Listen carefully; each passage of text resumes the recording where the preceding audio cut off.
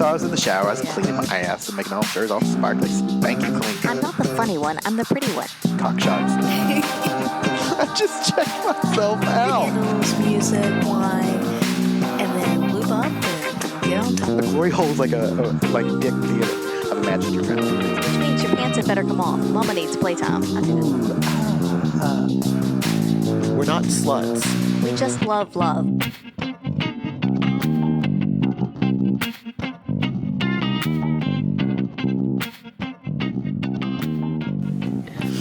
Hello, this is Mrs. Atom. And this is Mr. Adam. Welcome back for another By the By. Yeah, and I'm pretty excited about this one. Yeah. And why are you excited? Because we have a very special guest who, you know, I have talked about, I have tweeted at, I've retweeted. We have someone in our living space who I think we both have a small crush on. And who's that? It's the illustrious Lucie Bee. I really hope so. Like, in regards to the crush thing, I'm like, yeah, you know. I mean, come on, you're completely crush-worthy. You're absolutely adorable. And you like the first time I think I really remember meeting you face to face was you came to our first pendulum party. So for me to say... He had a minor panic attack. I had a major panic attack. And I was talking to 15-year-old Bradford, and I said, see this 15-year-old Bradford? Someday you will host a party, and a porn star will come. No, so this is the thing. It's like... and I think we've had this conversation briefly before now, but I'm like, Signals, I'm just like, what? I don't know when I got shit at Signals. I'm not sure when that was, but now it's just like I don't actually talk to people if I think they're attractive. I have crushes on them, but I do talk to them, but I just talk to them about like really benign shit. I'm just like, you're so funny, oh my god, and it's just terrible. Like, it's terrible. And it's several people. Cute. It is kind of cute, yeah. To watch you, air quotes, work. Right, but it's just like, so obviously I went to Pendulum and I was like, I wanted to talk to you guys, but I'm like, no, they're hosting a party, I should just like, don't interrupt them, Lou. Oh my god. But that's the point of the party, though. Yeah, I know, so now I'm going to have to go to the next one and make up for what, like, mistakes I made at the first. And the whole time you were at the first one, I'm like, don't talk to her, she's famous. Oh god, no. And so you're both terrible. We are, this. yeah. We suck at this. That's Perhaps fine. we should go back to passing notes in class. Yeah, exactly. Yeah, will you go to Pendulum with me? Check yes or no. Hey. No, see, this is the thing. I meet people sometimes, particularly when I haven't gotten used to the fact that because of things I've done, people will know me from different places. So I was walking down the street in Melbourne just recently, and someone called my name. And I had my headphones on and I was like pre-coffee. So I was like, I could just ignore this. I could keep on walking and no one would think anything of it because they're noise cancelling headphones. So, but I'm not that girl. So I turned around and it was someone, and I walked up and I was like, hey, and he was really great. He was like, we haven't met before. And I was like, oh, okay. And I was like, dude, like, I'm a hugger, that's what I do. So I gave him a hug, and he was like, I really love what you do, and asked me about some stuff. He's like, you've been doing so much stuff, and I was like, thanks so much, and natted on for a bit. And I think I'm always more excited than the person who is meeting me, because I'm still like so overwhelmed by the fact that someone is pleased to see me who I don't directly know. I'm like, hey!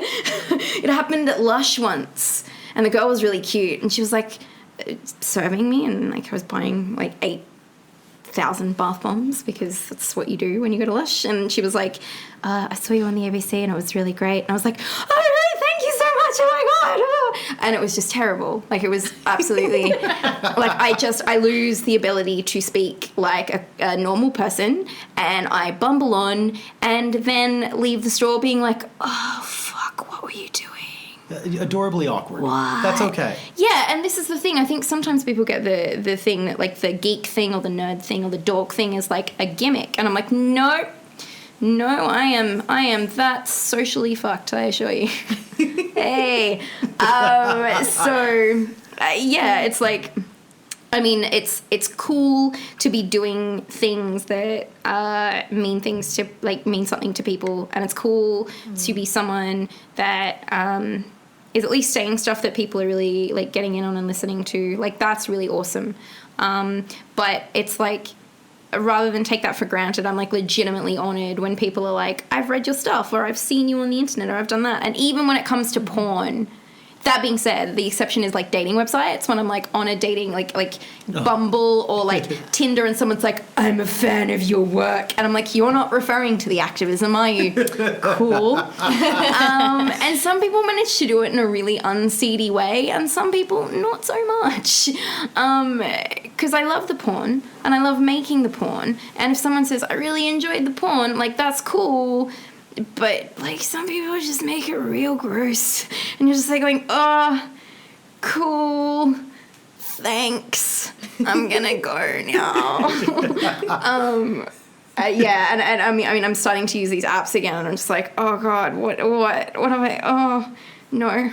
There you go, folks. If you swipe right on Lucy and she swipes right on you, don't mention the porn. No, see, okay, there's We're doing it ways in a to mention Do it the in porn. a non-creepy way. Just be like, you did this really cool scene and it was super great. Like, that's cool, but just be like, heavy breathing.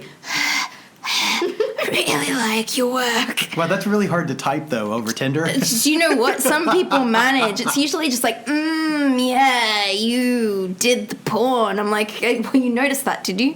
Did the Because porn. I also noticed that. I was there. And like 9 out of 10 people will be like, I saw you in Fake Taxi. And I'll be like, yes. They're like, did you know it was fake? I'm like, yeah, I did know it was Fake Taxi. Oh, my God. The website was called Fake Taxi. I didn't just be like, here's a good way to skip my fare. I'm going to fuck this cab driver. Like, it's just, you sit there and you're like, come now. So we did have a cab driver pick us up from our secret spot a few months ago. And you could tell within the first couple of kilometers that he had something he needed to say to us. He knew where he picked us up. And he Yeah. goes, "What? How you having a good night?" Yeah. He goes, "Well, where were you?" Like, well, we were at a party near there. He goes, "I know what kind of parties go on there." And he said that he'd been to Couples Club. Yeah. He'd been to the other one, and so he was like, I know. He's like, I can't go to our secret spot because I'm a single guy. And so basically the whole conversation goes up like, how are the parties? Is it fun? He gets about a kilometer away from our place and he goes, could I watch you guys have sex? I just want to watch it. And honestly, I got to be honest, if it hadn't been 2 a.m., I'd have been like, sure, buddy, come on up. I think it was more like 3:30, but yeah. Yeah. Like, come on up. We're not paying the fare. Yeah. I legitimately think I've had that conversation with a cab driver. And do you know what the funny thing is? I have like Uber drivers who'll pick me up from like brothels, from other places, or they'll pick me up somewhere where I'm quite well dressed. I'm a well dressed woman going to a hotel. Sometimes they will make assumptions, and you can tell they've made assumptions because they'll be like, where you go? What are you doing? Are you having a good night? So I'll be like, yeah, cool, I'm going, I'm doing this thing, I'm a worker, this is what I do. And instead of going down the sexy route, I will preach to them about the merits of decriminalization. And there's an amazing Australian activist named Jane Green, and Jane said that when she goes on planes, she will talk to people that she sits next to about decrim. And I have, like, ever since I heard her say that, I'm like, okay, I'm going to do that. So every time I get the chance and someone goes, what do you do? And I'm like, well, fun story. That's smart, though, because it gets the word out. Absolutely. Exactly. Yeah. And it also means that I'm able to sort of explain things in a really down-to-earth and relaxed way. Because a lot of people don't know about it. And when you say to people, like, yeah, look, when I'm in Melbourne, I can't, people can't come to me. I have to go to them. So I'm either going to a hotel or someone's house. And, I don't really want to go to someone's house all the time. And, I can't do these services in this particular state, or I'm required to have health testing in this way by law when, I really take care of my health myself. And when you talk about it to people and you talk about how, ludicrous some of these laws are, they go, wow, that's actually really, really stupid. And it's particularly like older Australian men will be like, wow, that's a bit shit. And I'll be like, yeah, isn't it? So it's like, it's an opportunity to sort of explain things. And I think the other thing is because, you've got to understand when I'm going like sometimes I'm not well dressed. Sometimes I look like a small midgety nerd. And I'm like, which is adorable in itself. Yeah. And I look really chill. And then I'm like, yeah. So I do porn. I don't start with I do porn. I'm just like, oh, I'm a sex worker. Yeah. And they're like, but? I'm like, well. All right, so we've got a number of our listeners are from the States. And I mean, I don't know if you know this, but we're from the States. And Oh my God, what? I know, right? I thought you were Australian. I know, mate. I'm leaving. But, let's a few questions as to, just the sex work in general. So I guess the first question that I know a lot of people would have is, were you forced into the sex work? Because, we hear a lot of things, and I know you know who we're talking about, when they say that the only women who do sex work are women who are forced into it because they either can't do something else or they don't have a choice. And I know I'm starting off a question with you, within the first 10 minutes. That's I can see you're like seething. Which No, I think it's like, I think part of it is like, and I think maybe I've said this before, but I have a really boring origin story. And I refer to it as an origin story because I'm a nerd. you're a fucking superhero. That's I'm why. a comic book nerd, and that's how we roll. But it's like, I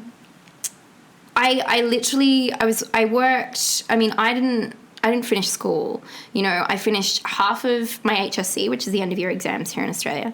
And I was doing it half and half because my mum was quite unwell. So while I was doing my schooling, I was also working in a bookstore because I wanted to help, pay the rent and stuff like that. And my mum, who is super supportive and just an awesome human being, had meningitis a couple of times. A couple of times, not just once, a couple, because she doesn't do things by half. I love you, Mum, but shit. So, I had to sort of help out at home a lot more. And it's funny because I'll be like, people will be like, they'll talk to me and I was like, I've been working since I was like 14. And I immediately think I'm in the sex industry. And I'm like, no, calm me down. I've been working on and off in like bookstores for like 10 years. In addition to doing that, we eventually moved from my hometown to Canberra. And in Canberra, I worked in the public service. And one day I sort of woke up and I was like, I really hate what I'm doing. And if I have to go back another day, I don't think I can do this. So I left and I had to sort of investigate what else I was going to do. I was like administration or retail. And I had a good friend who worked in the industry in a massage parlor. And she said, why don't you do what I do? Or give what I do a try, because we'd gone to some of the same parties. She's like super, super hot. She goes by Scarlett. You should go to Red Door in Canberra because that's where she works. I went and I gave it a go, and I just loved it. Like I loved it. I got to, it was erotic massage. You have to understand that, so I talk about myself. I'm like, I'm a massive nerd, I'm a geek. And that's very true. I didn't have a huge amount of confidence in myself sexually, in the sense that I went to some cool parties and I did some cool stuff. And I met people whose interests I shared. And, I was being exposed to people who found me attractive. But at the same time, I for some reason didn't totally believe it. Some of that's mental health, and some of that's just... I think we're all there to some degree. Exactly. I understand exactly where you're coming from. Exactly. When you go to somewhere where people have to pay money to spend time with you, things change a little bit, because you're like, wow, they could have spent time with any of these people and they chose to spend time with me and they're paying for it. Okay, maybe I'm not as shit as I thought, So... Also, I didn't have to wear pants at work, which was just great. Like that's a big bonus. Right? I'm just like, fuck yeah. I'm very jealous of that one. Yeah. So it's like, cool. I mean, I like, I wasn't confident in my body, but I liked my body. And I liked working with my hands in a sexy way. So I stuck with it. And then I took a break for a little while, and then I went back to it. And in addition to that, at the same time, I started doing men's magazine work. I went and did a photo shoot, and it was submitted to like Picture or People magazine, and they published it, and I was like, holy shit, like I think I've won butt in the back of like Picture or People like 3 times. I'm like, yes. I'm not busty enough to get top tits, but that's fine. I'm very much at peace with that now. But so then these photos started being published, and I was like, wow, okay. And I started to realize from meeting a lot of different men, and my clients are primarily men in the beginning, that for all I thought I knew what men wanted, I had no idea. And it's weird in the sense that I knew that in my personal life because I was meeting all these different people and I was going to kink parties and I was going to, swingers parties and stuff and having a great time. For some reason that hadn't transitioned over fully. So then I started working in the industry and I started getting booked so much and I was like, wow, okay, I've been exposed to this notion of what women should look like and what is sexy and what is attractive. And I know that's not right. But for some reason, going into this industry and in the professional sense really hammered that home for me. And it was sort of a natural progression from there. I started doing porn. Once I'd done porn, I was like, why not escort? I'm not really afraid of the sex, so let's give it a go. Did it, enjoyed it, and I've just kept on, keep on keeping on since then. So it's an interesting point that you make talking about what men want, and I think it's a fascinating commentary to see. We often think that what men want are tall, big-breasted, blonde women. And when you look at the escorts that are successful escorts, all the successful escorts we know, I'm taller than many of them, and I am not a tall fella. I'm 5'8", 5'9".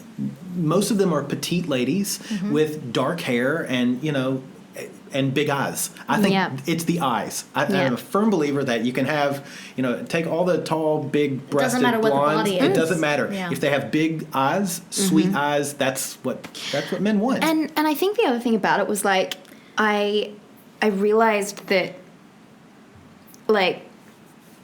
I think it's interesting you mentioned porn. You look like you're about to say something. No, go ahead. I'll chime in momentarily. But you mentioned porn. I was like, so everyone's like, how did you come to the decision to make porn?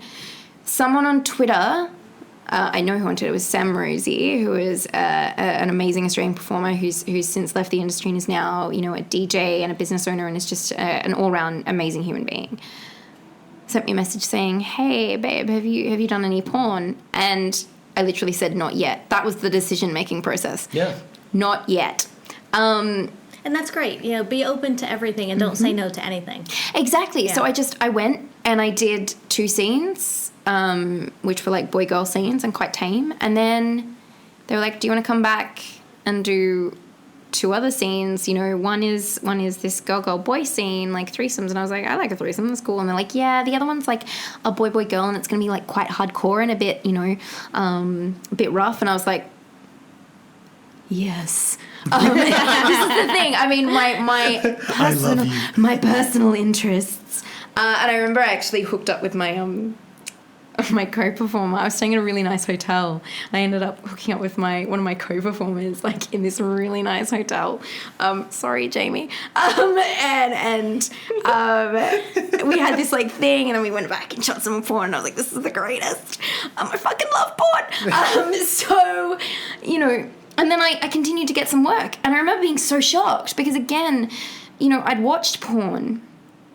I'd watched some great porn, and I'd also watched some porn that was very much this is the body and this is the face. But, I mean, some of my favourite porn performers didn't fit that mould. Joanna Angel and Stoya and stuff like that didn't fit that mould. And it was funny that I would watch their stuff, but I still hadn't I was still so nervous and so terrified that I wouldn't, I'm like, oh, I'm going to do this one porn and then no one's going to want to shoot me again. And that wasn't the case.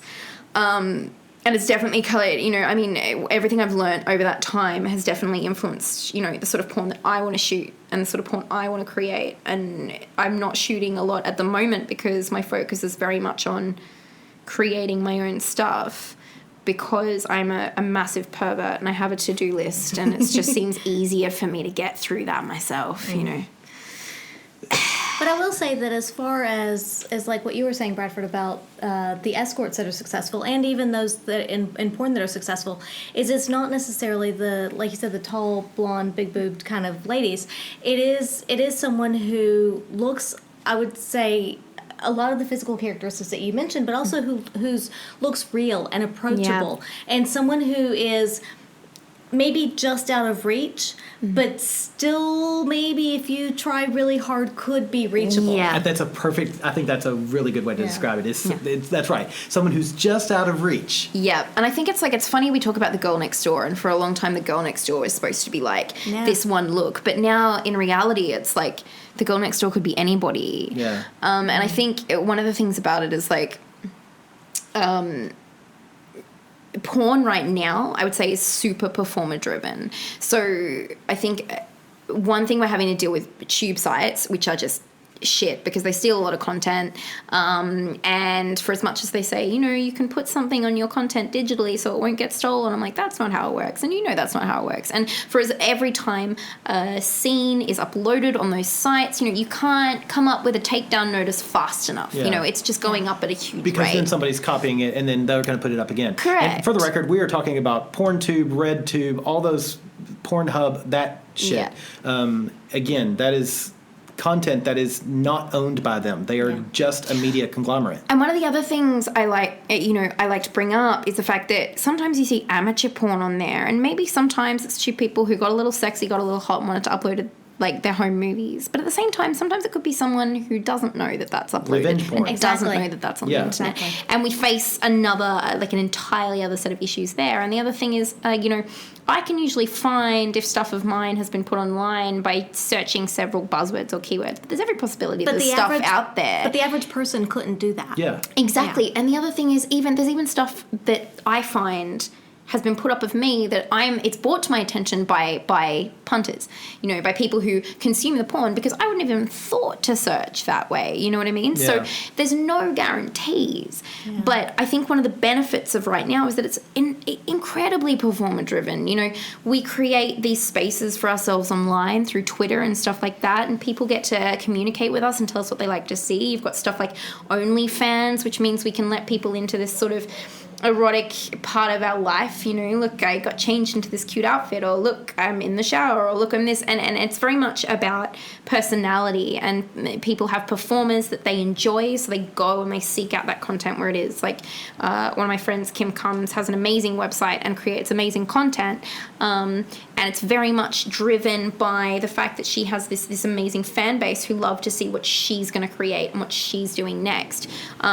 So it's definitely on the horizon for me, but my feeling in regards to it is less like, let's create scenes that tick these boxes, and for me at the moment it's very much like, okay, here's a list of my fantasies and here's a list of my memories, and let's shoot a bit of both. And in shooting things like that are memories for me, I'm not in those scenes. I'm shooting with other performers because I enjoy seeing my memories played out in front of me by really attractive people. I think that's genius, though. I mean, that's the kind of porn I would want to consume, is like a porn star's favorite memories. Yeah. Like, it's like your greatest hits, but without you in it. I think that right there is kind of amazing. And I think that's something that we can all sort of identify with as well. It's because when I think about my favorite memories, oftentimes I've put porn stars in there. I've taken Bradford out and put a porn star in. So that's fair enough. And it's just one of the things I thought about, I've wanted to create a content site for a really long time, and it's taken a really long time for me to get it together, and it's going to probably take a little bit longer for me to fully get to where I want it to be.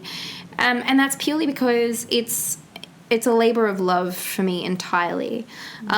It's important that I make sure that my performers are treated well, they're paid fairly, and that we make really comfortable and safe environments for shooting to happen.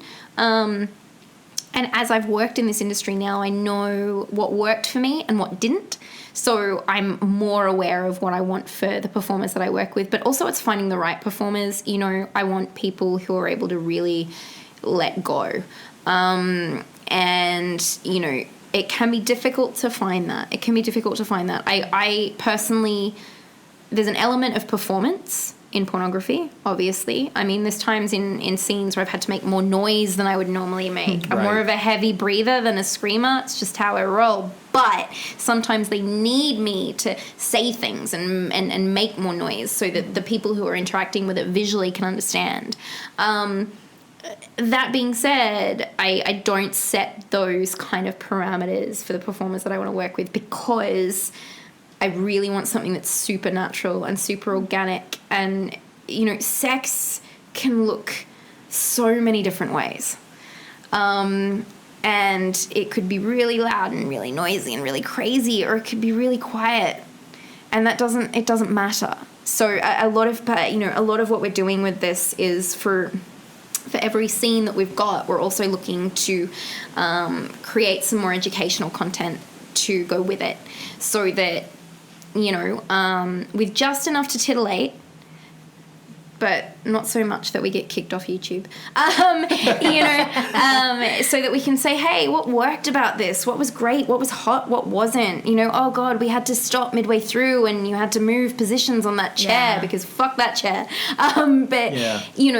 Because sex in of itself is supposed to be, it can be really serious. I love rough sex, so it can be incredibly serious. It can be dark, but inherently it's supposed to be joyful and fun. And we've often said that about sex because the number of times that we laugh during sex, and even there's times that you just start laughing uncontrollably, and we have to stop for a moment. Exactly. And we don't include that in a lot of porn. And we need to. And it's a shame because I've seen blooper porn, and you're like, oh, this is really approachable. These people look real, and that's the thing. And we've said commonly when we talk about our sex ed stuff, is that most people's sex education comes from either, doing it themselves, which is terrible, or most porn, which is the equivalent of learning about physics from Star Trek. Exactly. Sure, it's close, but it's not real. There's this notion that I think when you make porn that you think all porn is great. And I'm like, no. There's some porn that is incredibly problematic. And as much as I love porn, I can acknowledge that. I can acknowledge that there's problems with porn. And we want to get more porn out there that's less problematic. But at the same time, I think a lot of the problems with porn could be alleviated by ensuring that people have a good, porn sex education, in the sense that I teach young people to be incredibly media savvy with all other sorts of media. But when it comes to porn, we don't sort of talk about it. Exactly. And that's a problem. And that means that people are sort of, they're learning, and they're learning shit things from porn. I'm pretty sure I've learned some shit things from porn. I think we all have. Yeah. Unfortunately, I've been able to, move out of that. But, there's porn that I've watched that makes me incredibly uncomfortable. And then I worry that a young person would watch. And I think there's a lot of pornographers that don't think it's our responsibility to educate young people, because they're like, we're making stuff for adults. And I do understand that frustration. But for me, it's something that kind of keeps me up at night. So I think in making the stuff that I'm making this year, it's very much, I want to make sure that that's a part of it. And it might take me a little bit more work, and it might take a little bit more time, and people might tell me to go fuck myself. But then you're doing it right, and you're doing it justice. Yeah. And it's funny because I often comment on anal in porn. It is the most unrealistic anal that you'll ever see, because they, number one, if you even take out from penis or from vaginal to anal, just back and forth, and the whole mess of issues that can cause in the flora and fauna of a lady, just looking at the jump into it, there's no warm up, there's no it's just let's just go straight into it. And I think a lot of people see that and go, oh, that's how it must work. Because I remember my first partner, when she and I tried anal, we didn't try lube. It was there was no... Because you didn't know. Because I didn't know. Because I learned it from fucking porn. So I did porn. I did anal porn, right? I've done 3 anal porn scenes. And the reason I'd done a smidge in my personal life. The reason I did with porn is because one of the reasons I shoot porn is because I'm an exhibitionist. So being on display turns me the fuck on. And as clinical and stuff as it might be behind the scenes to start off with, it's still a huge turn on. So I was like, look, I've practiced, I've used every size of butt plug that there is at this point. Let's fucking do it. Let's do it.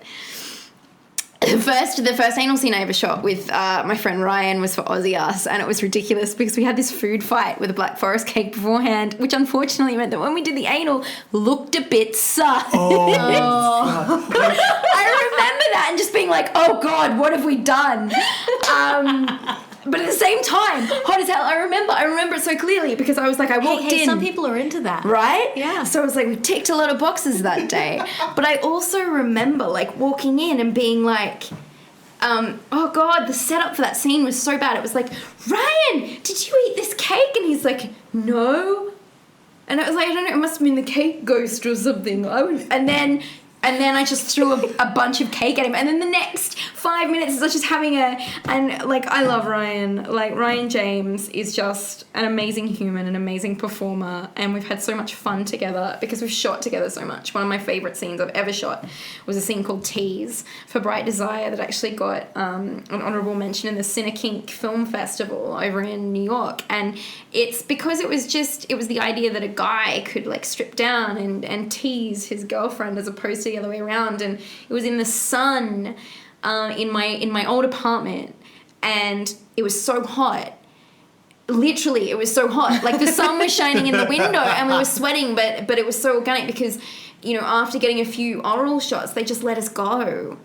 And it was so natural and it was so great. Yeah. And also there's a blooper reel and I get like a camera and some of my own geeky figurines fall on my head because Ryan pushed me in a chair up against a bookshelf. That blooper reel is on the internet. You can find it. I'll link it to you. Oh, that would be great. There you go. That would be awesome. And this is a bit with I'm going, yeah, it was really hot, and Ryan's going, yeah, like literally, because he's a man of few words. but here's the thing. So I did anal for some scenes. I did it for like Fake Taxi and Fake Agent and for Aussie Ass, and it was like I figured out after those 3 scenes that I didn't really want to do it sort of professionally. After that, I was like, it's just not happening. And I feel like maybe in the future I might get more into it. Because for me, it's like your sexual interests change and grow over time. There's things that I'm into now that I wasn't into when I first started fucking. And I was going to say, and that happens on the personal level as well. Exactly. Yeah. Because we've seen that even. Yeah. Mm-hmm. Between the two of us, there's things that we're interested now in that we weren't interested in, 5 years ago when we first started dating. Okay, so I know I've said this in the past, but can you tell us, I mean, since we're talking about anal porn anyway, can you tell us, was there a lead up to, like, was there preparations that you did before the... Oh my God, like, I was swimming in lube. Yeah. You have no idea. Like, this is the thing, and this is the frustration. Like, I can understand why you don't necessarily want to have the whole lubrication like, I would say I over-lubed.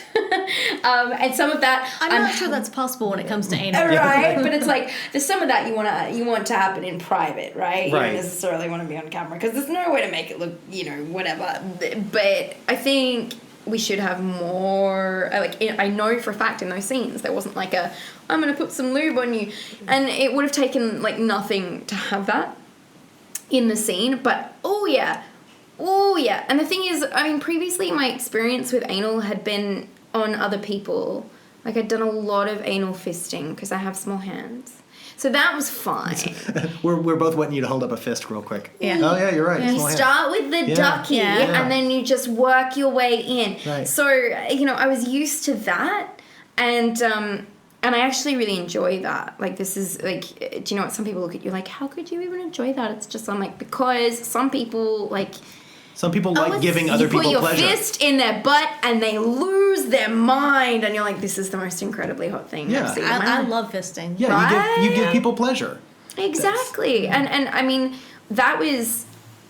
I think that was incredibly... Okay, I'm going to tell you the kink story, because I've been teasing the kink you story. have. Yes. I haven't told you the kink She story. teased it all through dinner. Right? So here we go. So I got into kink personally from when I was 16. Which I have to say that I'm very jealous of, because we didn't get there until much later. Yeah, like... So you have many more years of fun on that. 35. Yeah. See, I feel like we're at much the same level. It's fine. We're cool. But it's like, I got into the kink scene because I had friends in the kink scene, and they played a lot privately, and what I was introduced to was the idea that the woman was submissive. So for a good 2 years, I was submissive. And I was a fucking great submissive. Like, I did exactly as I was told, and I enjoyed stuff like that because I enjoyed rough sex, right? So I'd lost my virginity before then. And I enjoyed sex. I just found being physically intimate with people really, really great. And I'd been given the brunt of my sex education by friends who were like flamboyantly gay men. So they told me everything and they did not hold back. And I was really fortunate in that because I was growing up in a place where I was going to a Catholic school and it was all a bit shithouse. That being said, I've given a blowjob in a church. Praise Jesus. And I was going to say, your sex education sounds probably very similar to what we had in the U.S., which was abstinence. Yes. Yeah, look, do you know what? And it wasn't even, I mean, I remember we had a guy who came to the school to talk about abstinence only, or to, like, how abortion was wrong. And I remember just walking out. Yeah. I was like, I need to go to the toilet and not come back. Because I was like, this is shit. This is absolute shit. So... you know, I was lucky in that I was spending time with people outside of that through, like, other interests I had and through friends outside of that gave me more of a realistic sex education, perhaps a hyper-realistic sex education. So I was fortunate. You know, I learnt what safer sex was from the very start, and that was really good. Yeah. So I remember, you know, I was very subby, and I had, you know, guys that came into my life who were doms who were great, and then I had some that were not so great. And I was spending a lot of time, you know, at private events here and private events in Sydney, and some people get really squeaked out. They're like, oh, but age. And I'm like, yeah, but I mean, you experience sexuality when you're a teenager, like, that's what you do, and sometimes you do it this way and sometimes you do it that way, and I don't feel any negativity or concern about, like, the age at which I started to experience certain things.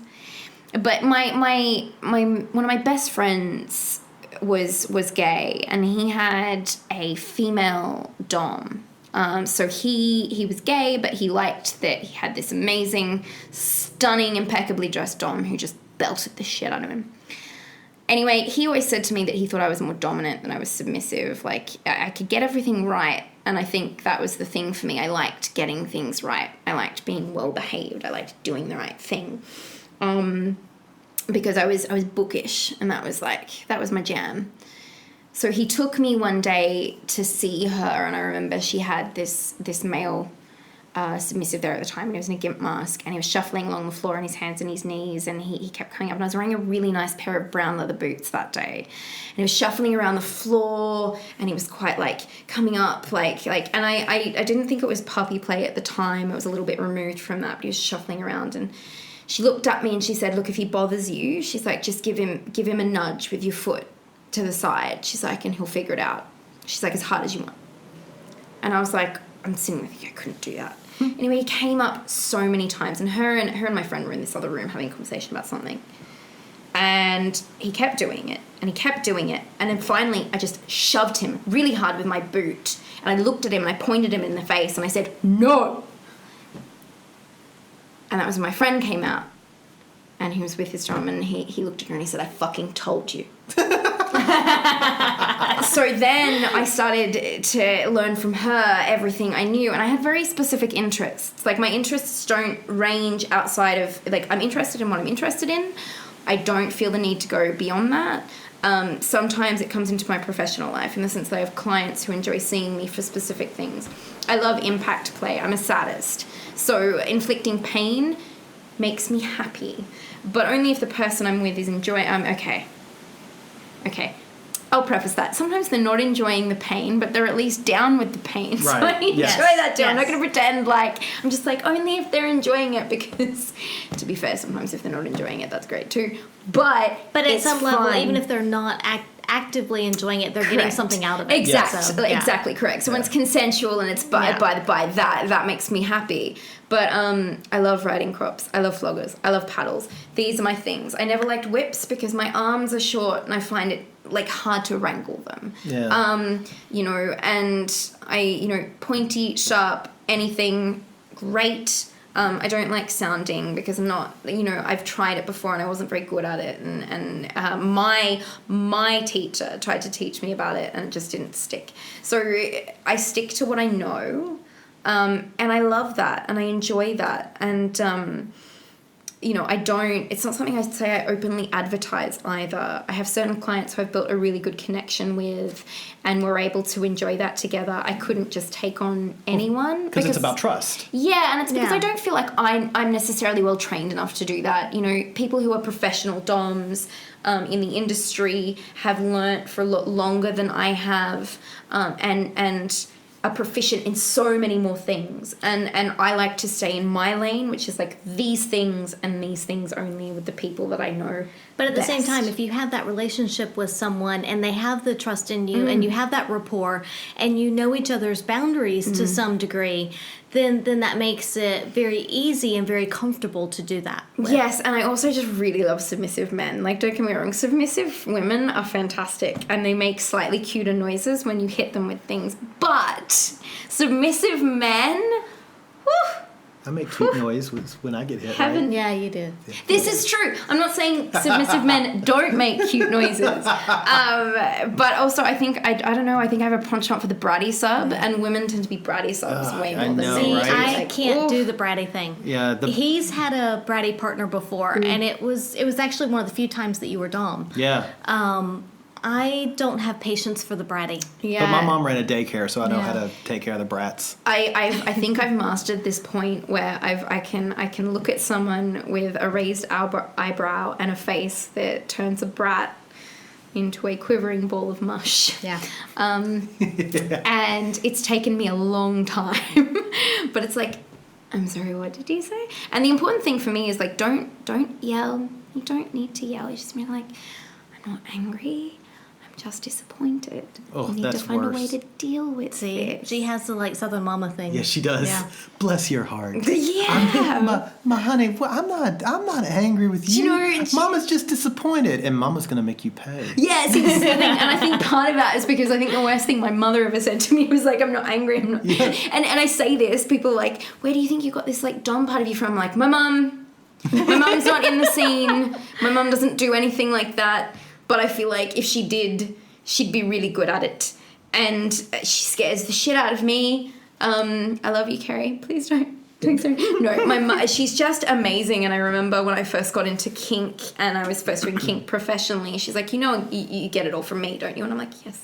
Yes, I do. I really do. Because I love that. That's great. Yeah. Yeah, and she and my grandmother incredibly supportive. And I think that, I mean, the default line we have is it's not necessarily what they would have chosen, but I don't think anyone straight up, I think I'm someone who's in the industry might have chosen it, but I don't think their family ever goes, well, when my child grows up, this is what they're going to do.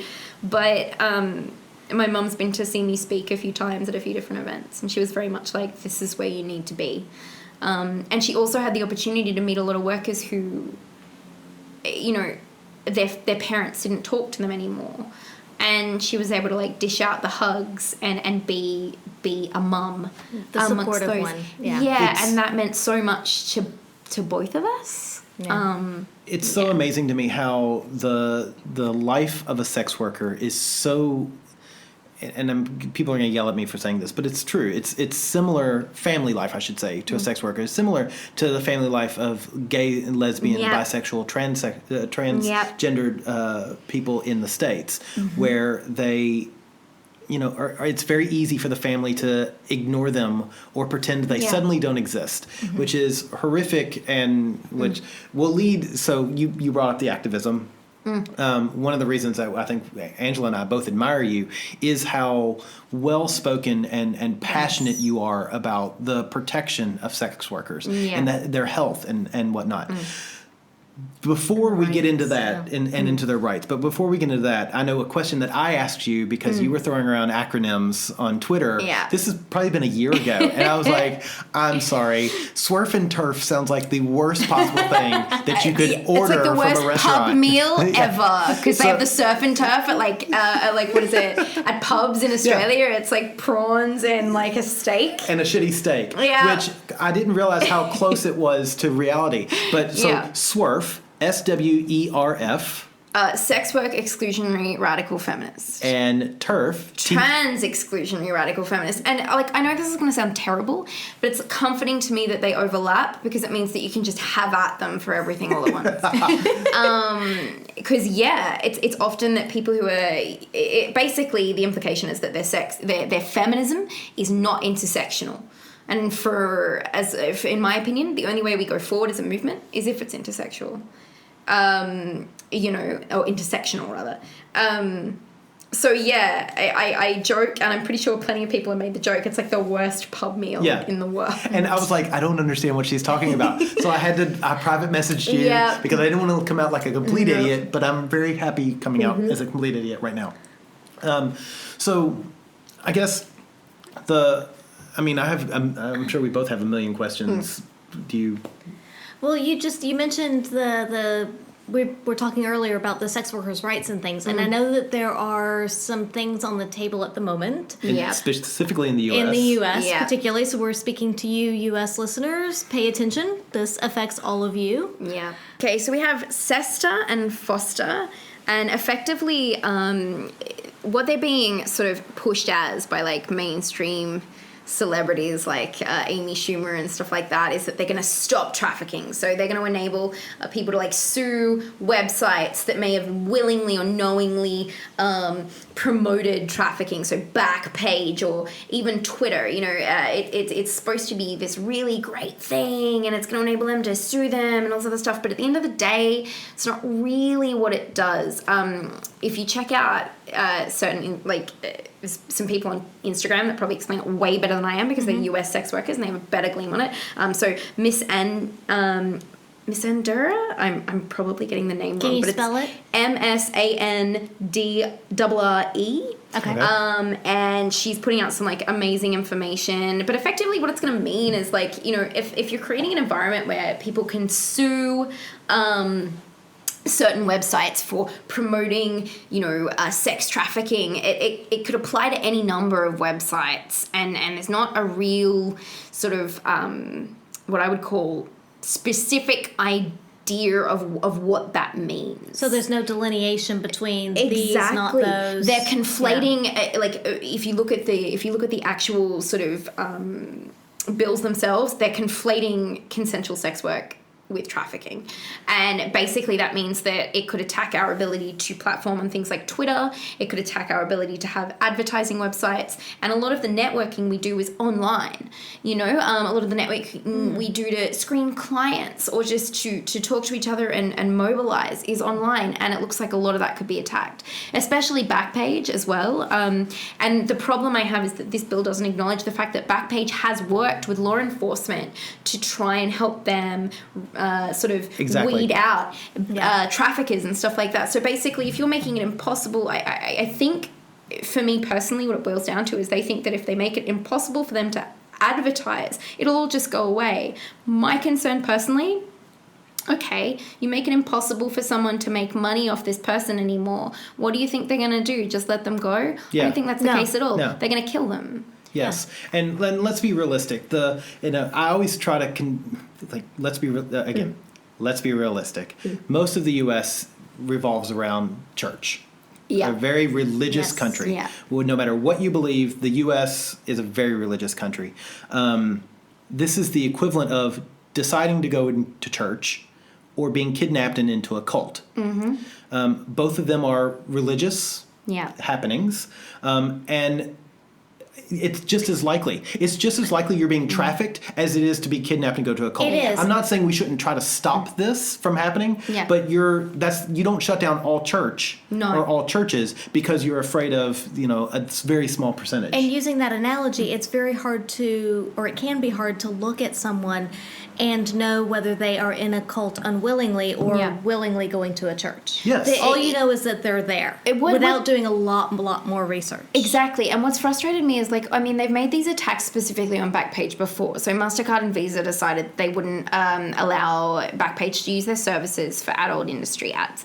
And what I found frustrating about that is if you look at the statistics in regards to how many people the Cook County Sheriff has actually got for trafficking, it's not great. Their stats are fucking terrible. And if they were using the fact that Okay, if what they say is true and that a lot of traffickers are advertising people on Backpage, why are you not investigating those ads? Yeah. Why are you not using that for what it could be? What you're effectively doing is sending the industry, and by that notion, traffickers underground and making them harder to find. And then that makes it much worse for those who are actually being trafficked. Exactly. And a lot more difficult for those who are just trying to make a living. And the law as it stands means that someone who has been trafficked could actually go and be like, I was trafficked, here is where I am, but the likelihood is they would get in trouble for being a sex worker. So it's not helpful in any point. Victim blaming. At the moment, it looks like, Sester and Foster are going to be on the floor next week. So if you have the chance to call your senators, by all means, go for it. It would mean the world for us. If you enjoy the content that you see online from sex workers, do it, because all the websites that we currently use could be attacked. Twitter, OnlyFans, anything. It could attack porn websites. It could attack all sorts of stuff. Any ability we have to independently mobilize and engage with you could be attacked, and it's really scary. It's really scary because a lot of that has to do with the fact that we interact online to ensure our own safety, amongst other things, and I find it incredibly frustrating. It's a lot of different social media websites and otherwise already discriminate against us, despite having made a lot of their money and having a lot of their traffic to do with us. Looking at you, Facebook. Yeah, right? So it's Twitter definitely lucks out with the fact that we are so active and so mobile on their websites. A lot of people seem to think that shadow banning is more to do with the fact that there's a lot of traffic going on and it looks like spam, and not to do with the fact that we're in the industry. And I personally don't believe that. I think many people are trying to get the industry, offline as best as they can, but they don't want to acknowledge that they just want to kick people off the internet because that would make them look bad. I think, you look at stuff like Foster and Sester, and you look at stuff like the Swedish model. The idea is to make working in the industry so incredibly difficult that we'll just give up. And the thing is, some of us might do that, but plenty of us don't have the choice. We don't have the option of just giving up and moving on to another job. Some of us don't have another job to go to. Some of us don't really want to. A lot of people who work in the industry can't commit to the 9 to 5 for any number of reasons. And they really enjoy what they do. Exactly. I don't want to leave my job because I love what I do. I love what I do a lot. And I do more than, look, a lot of what I do is fucking, but a lot of what I do is talking and engaging with people who don't, I meet so many people who want to, they come to me with fetishes or interests and stuff like that, and they're so riddled with shame. Yeah. And they come to me and they're like, I'm into feet. And I'm like, well, I have feet. That's so great. Oh my God, let's do it. And they're so shocked. And I'm like, fuck, no one should have to live this way. And people want to take away my ability to do that. And it upsets me. And it upsets me that they want to create an environment where workers are like, I am a privileged worker. Right? This is the thing. I work from home, I am white. I have a lot going for me that other workers do not. And that's a fact. No one deserves to be unsafe in this industry regardless of how they work. No one at all. And it irritates me that the solution to the problem of the sex industry is that they just want to make it so difficult for us to work in the hope that we'll just go away. And we know from many, many, many other industries in the U.S.'s history that will not happen. It drives them underground, and it makes it a lot less safe, much more dangerous. Much more dangerous. Yeah. And the Swedish model in particular has proven that. Can you explain the Swedish model for those at home who don't know what it is? So often, swerfs will push the Swedish model and say, we understand and we want to support sex workers because it's like we make... the Swedish model doesn't criminalize workers. It just criminalizes their clients. And I'm like, let me get this straight. You want to make our lives better by making it damn near impossible for us to work. Now, in Sweden, we're hearing reports of people who are having police officers camp outside their place of residence or work so that they can jump on clients when they leave a worker's home. We've got workers being kicked out of their homes because it's illegal to live off the proceeds of prostitution, so landlords could technically be fined, sued otherwise. We've had reports of people, like we had a report of a woman whose son who lived with her was charged. So this is the thing, you know, there is no clarity here, and we've had France adopt this model. They're thinking of bringing this, you know, people are pushing for this model in Australia all the time in different states, and it's like, it's a sneaky way of trying to just get rid of the industry in its entirety. And I just sit there and I'm like, really? You know, the only model that is good is pure decriminalisation. And that doesn't mean that we're all going to be footloose and fancy free and doing whatever the fuck we want, but it means that the police are able to help us, because we are more at risk than anyone else of being abused, assaulted, raped, murdered.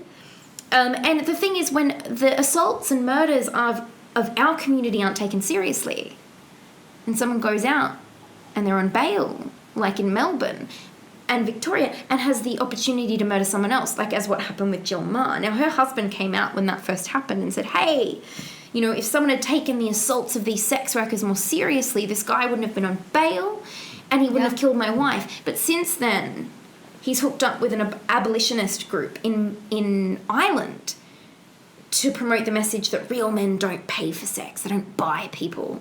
Now, no one fucking buys me. I'm sitting here in front of you. If someone had bought me, I probably wouldn't be.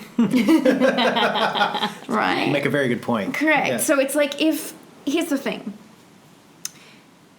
I perform services that involve the use of my body, and perhaps they're more intimate than, say, a masseuse or a nurse or anyone else who uses their body, but that's effectively along the same lines. I choose what parts of my body that I use. Some parts of my body I don't use. Anal. But this is the thing. I make these choices, and I love what I do. Now, I'm not going to say that everybody loves what they do in this industry. That would be a lie. Can you give me any industry in which everyone enjoys everything they do? Correct. No. Yeah, I can't. Correct. Yeah, I can think of my own colleagues, and half of us hate what we do half the time. Exactly. But at the end of the day, whether we like what we do or not, we deserve to be safe in what we do. Absolutely. Yes. We deserve to be supported in what we do. And the thing is, what we've learned now we've had decriminalisation in New South Wales for quite some time now, and we had decriminalisation because of the Wood Commission, which found that it was impossible for police to, look after us as well as, be in charge of stipulating what the industry could and couldn't do, right? It just didn't work, and there was a lot of corruption. So they decided that decriminalisation was the best way to go, right? So it means that, if I get assaulted, I can go to a police officer in New South Wales and have them take me seriously. I can't guarantee that in New South Wales or in Victoria. I can't guarantee that in Queensland. We've had many, many cases in Queensland of assault recently, and the first case that makes the news is that a sex worker assaulted a client, and that made the news. But we had countless examples of otherwise, and that didn't make the news. And that's a problem. So does that drive sex workers out of that area, or does it just drive them more underground? I think it drives them more underground. I think what I it would means, suspect. yeah, I think it means that, we go to each other for support, and we're doing our best to support each other. Mm-hmm. But I mean, the laws differ everywhere, and they're kind of fucked everywhere except New South Wales. When you look at somewhere like Queensland, it's like you can't have a receptionist or an assistant. You can only have a message taker who knows only enough to keep you safe, but there's no real consensus on what enough to keep you safe is, and we can't do certain services, in Queensland, which again implies that we don't look after ourselves, and then we don't have the knowledge to be able to make the decisions that keep us safest. They often stipulate in certain states about services, including like uncovered oral and for stuff like that. And I sit there and I think, at any given night, in any given city, in this country, someone is meeting someone from Tinder. Oh, yeah. And they're doing something that we would identify as unsafe. Oh, yeah. Absolutely. I think there's more than just. You might actually narrow that down to any given block, or maybe at least any given suburb. This is the thing. Yeah. I mean, our work is You guys are probably much safer than the general public. We do, and there were studies done Yeah. into sex workers in New South Wales that actually stated that stated, you know, the rate of STIs amongst sex workers is lower than the general public, you know, and there's increases in STIs in the general public, mostly amongst older members of the community, because they think just because we can't get pregnant, we can do whatever the fuck we want. Our work is our bodies. Yeah. You know, our work is our bodies, and it would be really silly if we didn't pay attention to that. And that doesn't mean there's not a margin for error or mistakes, but there's margin for error and mistakes In everything. anyone and Yeah. everything. I get tested more than anyone I know. Part of that, you know, and the funny thing for me as well is that outside of having to do it for work, outside of doing that because I like to be a smart, you know, sexual human being, I just really don't like being sick. That's really what it boils down to, and I don't know many people who do enjoy being sick. So yeah, we look after ourselves, we pay attention, and we are probably better educated about sex education and about STIs than the general public by far. Yeah. Yeah. So, you know, this is a lot of our frustration. I mean, what can you do? So a couple of things that you said rang a bell with me. I recently listened to the February 23rd edition of the TED Radio Hour, which was on confronting stigma. And so they had a sex worker and activist named Juno Mack from the UK. And she said two things that struck really a bell with me, which was, the first one was what we need to do is stop worrying about if our daughters become sex workers, how to prevent that. Yeah. And how, more importantly, is how do we keep our daughters safe if they're sex workers? Exactly. And That's, It's a slightly different perspective shift, yeah, but it's an important It's one. extremely important Yeah. because it's always going to be there. It is. I mean, they joke it's the oldest profession. Well, they say it is the oldest is for a profession. reason. It makes sense, and it Correct. will always be here. No matter what you do, you cannot erase it. Except one of that. the things that always frustrates me is when people go, you know, they boil it down to simply like, what would you do if your daughter? And sometimes we even say this, you know, we are daughters, we are wives, we're mothers, we're family. And I'm like, that shouldn't matter. No. We're human beings. Yes. And we're human beings and we deserve to be safe at work. And unfortunately, when we exist in a world that has this notion that we are expendable and that we are less than, then that means that people will go into interacting with us thinking they can do whatever they want. So it means that someone will come to see me and think that they can do whatever they want to me and they will get away with it because society doesn't really give a shit. And, you know, I used to be, you know, in the course of the activism I've done in the last few years, I've been very much like, I want to explain to people, I want to be patient, I want to be understanding. And now I'm just pissed off because, you know, and it makes people uncomfortable because I will say things like, we're dying right now. You know, we've got porn stars dying in the States. We've got sex workers in Queensland and other parts of Australia being assaulted on the regular. And no one seems to care. But, you know, and I remember I got a lot of shit online once because I said, well, if it was a good girl, then they'd all give a shit. And I hate putting it that way, but that's the thing. It's not only just sex workers. If a woman is sexual, Yeah. Yeah. right? Yeah. If a woman is open and honest and upfront about her sexuality, then it's like, well, look at what she was wearing. Look at what she was doing. It's not just us. This impacts broader than just us, and it is a stigma that exists against women that are sexual all the world over. And that's a problem. Well, it goes back to it's patriarchal. Mm-hmm. You know, it's because the patriarchy. You know, and I'm stealing this from Buffering. You know, the Vampire Slayer. Yeah. But you know, they're always singing about or fighting about fight the patriarchy, and it's very much that. It's that, you know, women who are confident and who are sexual and who, you know, it shouldn't matter how you dress. You know, if guys can control themselves based on what you wear, then that's the problem with the guys, not with the females. But if you flip that and you say that, you know, because a woman is sexual and confident and, you know, whatever, that that it's acceptable for whatever happens to her. What about guys who are the same way? It's not the same for the guys. If you flip that completely, then people would not accept that. And the thing that I like to remind people is so I'm a feminist, quite comfortably so. I often get a lot of shit. They're like, oh, you know, like some guys will think that I'm not a feminist because I'm so open about my sexuality and stuff like that. And some people will be like, oh, well, you shouldn't be a feminist because you're contributing to oppression against women by the industry you're in. One, fuck you. Two, stop going to fucking movies. Right? But the other thing about it is the patriarchy affects everyone. When we talk about assault and assault committed by men is not only committed against women, it's committed against men too. Yes. Right? Yep. We have a problem with the way we identify Lord masculinity in this country. Patriarchy doesn't just affect me as a woman, it affects men. And people come to me and they often think I'm just going to be like, fuck men. I have men that I love. I have men that are lovers. I have men that are friends. I have men that I would die for. They're family. They're family, and I love them to pieces. And the way that society expects them to act and the way that society treats them is despicable. You know, they are not given the opportunity to be open about their feelings, about their sexuality. You know, they're expected to perform a certain way, and that's fucked up. So when I talk about patriarchy, I'm not just talking about how it affects me. I'm talking about how it affects the men that I love. And people will come at me sometimes and think that I'm just going to be like, oh yeah, I'm just some radical feminist, fuck men.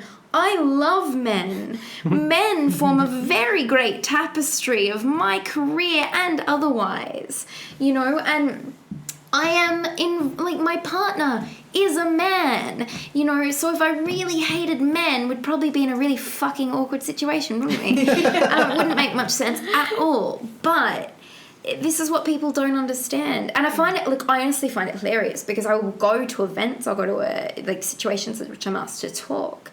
And people from MRA groups will come up and be like, oh, you feminists and men have issues too. And I'll be like, I totally agree. The suicide rate as it regards to men is, particularly in Australia, is terrible. The way the family court treats men is horrific. Now, in this case, when I was growing up and the family court, you know, I was involved with the family court, I should have been with my mother. My father wasn't a great person. But there are times when it is unbelievably the opposite, and that is terrible. Yes. And they look at me and they can't say anything because they're expecting me to just be like, oh, fuck all the men. No. You know, the people I know that do the most for men in communities and that do the most for the mental health of men and who look after all men, including trans men, they don't call themselves MRAs. So I'm quite comfortable interacting with them. But I think it's a cause of much frustration for me because the patriarchy really fucks with everybody, no matter who you are. Yeah, I would agree. Mm-hmm. Yeah, unless you're old and white. I mean, then you're sweet, aren't you? No probs. Kidding. Those fuckers have prostate problems. No, so So, do you have any other questions? I mean, we could go on and on for hours, I'm sure. And I think that we would definitely love to have you back on if you'd like to be on again. Yeah. Hey. Did you have any? I think we've covered a lot for tonight. We really have. It's been great. So where can people find you on the interwebs and Twitterverses? So you can find me on Instagram as Lucie Bee Official, and that's Lucie, LUCIEBEE Official. I post the censored stuff there. If you go to Twitter, it's like a pornographic free-for-all. So go to Lucie Bee Twitter XXX, which is how we met. LUCIEBEE XXX. But I will say, if you don't vote no for Foster and Sesta, you may not find me on Twitter in all my pornographic free-for-all for too much longer.